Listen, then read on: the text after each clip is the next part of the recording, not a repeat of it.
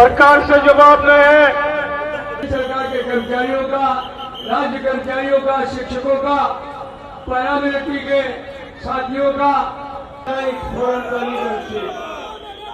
ये कलेक्ट्रेट लेके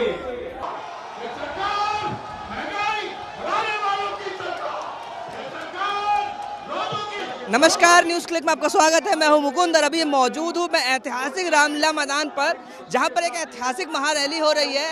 ये विशाल पुरानी पेंशन बहाली अधिकार रैली है, जिसमें 30 से अधिक कर्मचारी संगठन संयुक्त रूप से आंदोलन कर रहे हैं। उनकी एक मांग है जो पुरानी पेंशन किसी भी हाल में बहाल की जाए। इसके लिए मेरे पीछे आप देख सकते हैं जो रामलीला मैदान का पूरा मैदान है, पूरा भरा हुआ खचाखच लोगों का हुजूम है। शायद आप जितना रामलीला मैदान के अंदर देख पा रहे हैं उतनी ही भीड़ रामलीला मैदान के बाहर है। और मेरे पीछे एक बड़ा सा मंच है, जिस मंच पर जो सभी कर्मचारी संघों के नेता बैठे हैं और वहाँ से लगातार वो सरकार को ललकार रहे हैं जो कि पुरानी पेंशन बहाली नहीं तो ये सरकार नहीं। इसी मांग को लेकर हमने कर्मचारी यूनियन के नेताओं से बातचीत करेंगे और जो आम कर्मचारी यहाँ इस भीषण गर्मी में इस रैली में शामिल होने आया है उनसे बात करेंगे और समझने का प्रयास करेंगे पुरानी पेंशन कर्मचारी क्यों जरूरी है और एनपीएस इनके लिए घातक क्यों है, और अगर इनकी मांगे पुरानी पेंशन बहाल नहीं होती है तो आगे इनका रास्ता और इनका आंदोलन कैसे चलेगा। अगर हमारे पास पेंशन है तो हमें ना अपनी बीमारी की चिंता है, ना कहीं जाने की, ना खाने की। हम अपनी 2 रोटी खाकर अपना गुजारा कर सकते हैं, बच्चों के बीच में खुश रह सकते हैं। आने वाले बच्चों के लिए ये जो 2004 के बाद की पेंशन बंद कर दी गई है, उन बच्चों का भविष्य क्या होगा आज हम सोचते हैं कि अगर हमें देखकर अगर बच्चे खुश होते हैं, कल आने वाले टाइम में उन बच्चों को कोई भी ठीक से रखेगा नहीं, उनका बुढ़ापा खराब होगा। और क्यों ना दे, जब एमएलए एमपी सबको इतनी अच्छी पेंशन मिल रही है तो हमारे कर्मचारियों के साथ ही क्यों ऐसा हो रहा है? तो ऐसा होना नहीं चाहिए। और ये जो है टक्कर की लड़ाई है, अगर हमें ओपीएस ना मिला तो ये तो लड़ाई बढ़ेगी। हमारे महामंत्री शिवपाल मिश्रा जी जैसा संदेश देंगे, हमारा सारा यूथ, सारा पुरानी पेंशन वाले, नए पेंशन वाले, पूरे कर्मचारी अब एकजुट हो चुके हैं। देश पर वही राज करेगा जो पेंशन की बात करेगा। अगर पेंशन नहीं तो देश पे राज करने वाले को बदल देना ही पड़ेगा।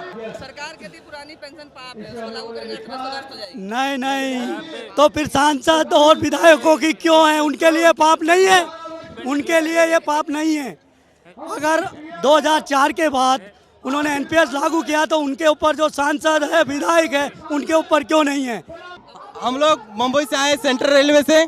अभी वो बोलता है कि पुरानी पेंशन पाप है, तो पहले उनकी सांसदों की पुरानी पेंशन बंद करनी चाहिए, उनकी पेंशन बंद होनी चाहिए। और दूसरी बात, यदि वो लागू नहीं करेंगे तो हमारा आदरणीय महामंत्री बोलता है वेणुपी नायर, तो पहले सबसे पहले जो रेल बंद होगा तो सेंट्रल रेलवे मुंबई डिवीजन हम लोग बंद करने का ताकत रखता है। इतनी ताकत हमारे महामंत्री के पास है। आम चुनाव में इसका असर होना है। अगर पेंशन है तो वोट है, अगर पेंशन नहीं तो वोट नहीं। हमारे रेल कर्मचारी गांव में भी रहते हैं, शहरों में भी रहते हैं। ऐसा नहीं है एक कर्मचारी है, एक के घर में 10 मेंबर भी हैं, एक के गांव में 500 आदमी भी हैं। वो हर जगह प्रचार करेगा और कर रहा है। वो हर जगह अपनी बात को बताएगा कि हमारे साथ क्या अत्याचार हो रहा है। और इसी तरह से एक नहीं अनेक लोग इस बात को मानेंगे कि ये 2004 के बाद की जो पेंशन है, न्यू पेंशन स्कीम, इनको लागू करनी पड़ेगी, वरना रेल का चक्का जाम हो सकता है। हमारे महामंत्री जी का आदेश है, पूरी टीम तैयार है, हम उनके साथ हैं। धन्यवाद। फाइनेंस समिति की अध्यक्षता में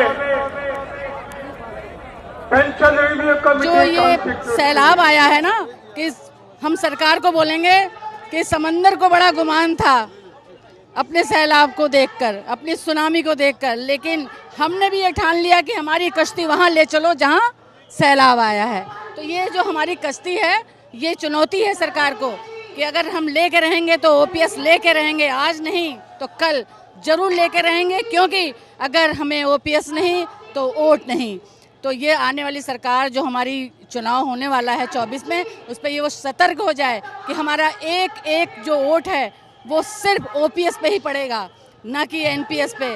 अगर ओपीएस लागू नहीं हुआ तो आने वाले दिनों में मुझे लगता है कि ये सरकार भी नहीं बचेगी। मेरा नाम प्रभात तिवारी है और हम लोग लखनऊ डिवीजन से आए हैं। आदरणीय महामंत्री श्री गोपाल जी मिश्रा की कार्यस्थली से मैं आया हूं और यहां पे हम सभी पुरानी पेंशन बहाली को लेकर एक साथ लगभग 1 लाख से ज़्यादा कर्मचारी इस रामलीला मैदान पे एक साथ आवाज़ दे रहे हैं कि पुरानी पेंशन बहाल करो, बहाल करो, बहाल करो। अगर नहीं होगी तो इसके आगे भी हम लोग और भी धरना प्रदर्शन तेज करेंगे और अपनी मांगों को लेकर आगे और भी लड़ाइयाँ लड़ेंगे। ओल्ड पेंशन सिर्फ एक पेंशन नहीं है, ये बुढ़ापे में एक मान सम्मान है और मान सम्मान बहुत जरूरी है हर कर्मचारी के लिए जो अपनी पूरा जीवन इस सेवा रेल की सेवा में लगा देता है। तो इस मान सम्मान के लिए ओल्ड पेंशन बहुत जरूरी है। मैं योगेश त्यागी, राष्ट्रीय एवं प्रदेश अध्यक्ष Akhil Bharatiya junior high school शिक्षक संघ। सरकार देश और प्रदेश के कर्मचारियों के साथ धोखा कर रही है और अंधेरे में रख कर के देश को बरगलाने का काम कर रही है। सरकार हमसे कह रही है कि 9.5% का ब्याज मैं दे रहा हूँ, फिर नई पुरानी पेंशन क्या हो सकता है।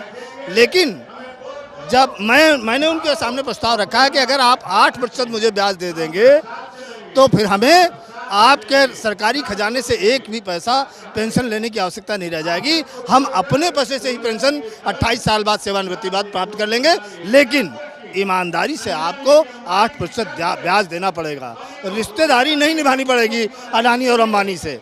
हमारा एक IBRF कंपनी है जिसमें हमारे कर्मचारियों शिक्षकों का पैसा काट करके 16,000 करोड़ उस संस्था में लगाया गया। वो संस्था 1 बार डूब गई, 2 बार डूब गई, 3 बार डूब गई, 12 बार वो संस्था डूब गई है और अब भी पैसा उसी में लगाया जा रहा है। अगर सरकार उसके साथ कोई रिश्तेदारी निभाना चाहती है तो अपने पैसे से निभाए। उत्तर प्रदेश और देश के शिक्षक कर्मचारियों के पैसे से रिश्तेदारी हम कतई नहीं निभाने देंगे। आने वाले 2024 में या तो पुरानी पेंशन बहाल करेंगे या मैं वोट बैंक की ताकत बनकर पूरे देश में इनको दिखाने का काम करूँगा।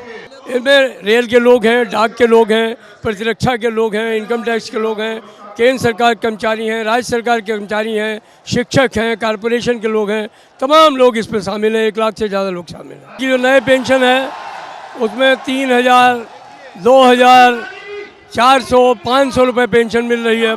उससे किसी का काम तो चल नहीं सकता, तो इसलिए अब दिक्कत है हम लोगों के सामने और इसको अब हमारी समझ से कोई बर्दाश्त नहीं कर पाएगा, क्योंकि जो लोग रिटायर होने वाले लोग हैं या रिटायर हो रहे हैं, अगर उनको 2 जून खाना नहीं मिल सके तो उनके सोशल सिक्योरिटी नहीं हो सके तो उसको कौन बर्दाश्त करेगा। लोगों के अंदर इतना आक्रोश है।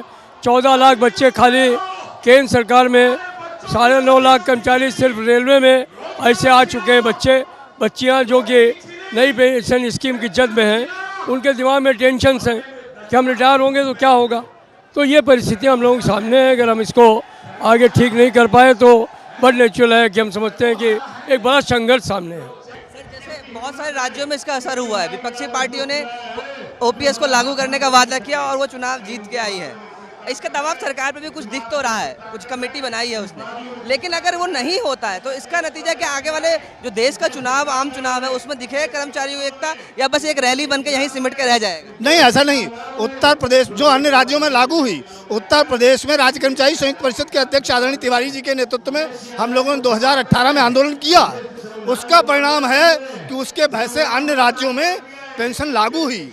लेकिन अब आदरणीय तिवारी जी का, हमारा आदरणीय श्री गोपाल मिश्रा जी का ये उद्देश्य नहीं है कि राज्य बहाल हो।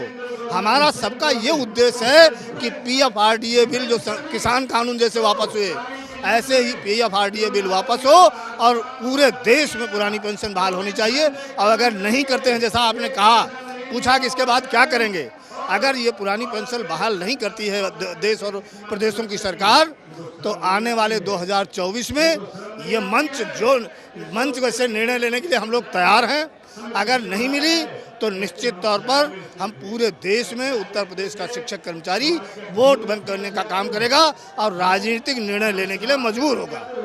निश्चित तौर पर भारत बंद होगा, जबरदस्त हड़ताल होगी देश में। हम नहीं चाहते टकराव, हम नहीं चाहते देश की जनता को तकलीफ पहुंचाना, हम नहीं चाहते देश की अर्थव्यवस्था को खराब करना, लेकिन अपील करते हैं सरकार से वो हमारी बात को समझे और पुरानी पेंशन बहाल करें।